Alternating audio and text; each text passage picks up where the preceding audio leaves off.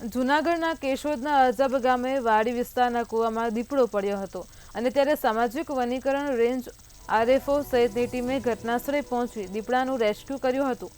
તો દીપડાને સારવારની જરૂરિયાત લાગતા અમરાપુર એનિમલ કેર સેન્ટરમાં ખસેડવામાં આવ્યો હતો.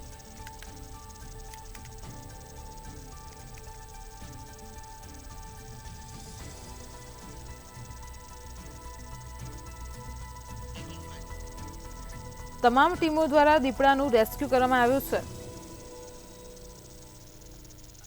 તો કેશોદના અજાબ ગામે કૂવામાં દીપડો ખાબક્યો છે.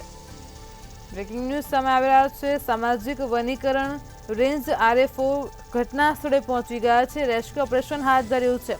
તો તમામ ટીમો દ્વારા દીપડાનું રેસ્ક્યુ કરવામાં આવ્યું છે. દીપડાને એનિમલ કેર સેન્ટરમાં ખસેડવામાં આવ્યો છે. તો તમામ ટીમો દ્વારા દીપડાનું રેસ્ક્યુ કરવામાં આવ્યું છે.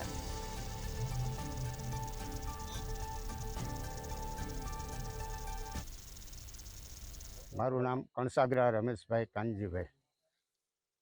અજાબની સીમમાં વાકલી વિસ્તારમાં દીપડાનું બચ્ચું કૂવામાં હતું. મજૂરના છોકરા અહીંયા પાણી પીવા આવ્યા ને ત્યારે ખ્યાલ આવ્યો, એટલે એને અમને તરત જાણ કરી. એટલે અમે તરત જોયું અને અભયભાઈને જાણ કરી. અભયભાઈને જાણ કરતાં પછી તાત્કાલિક એને વન વિભાગને જાણ કરી અને વન વિભાગની ટીમ આવી અને 2-3 કલાકની મહેનત કરી અને બહાર કાઢ્યું છે. રેખડની અંદર હલવાઈ ગયું હતું, એ બહાર કાઢ્યું.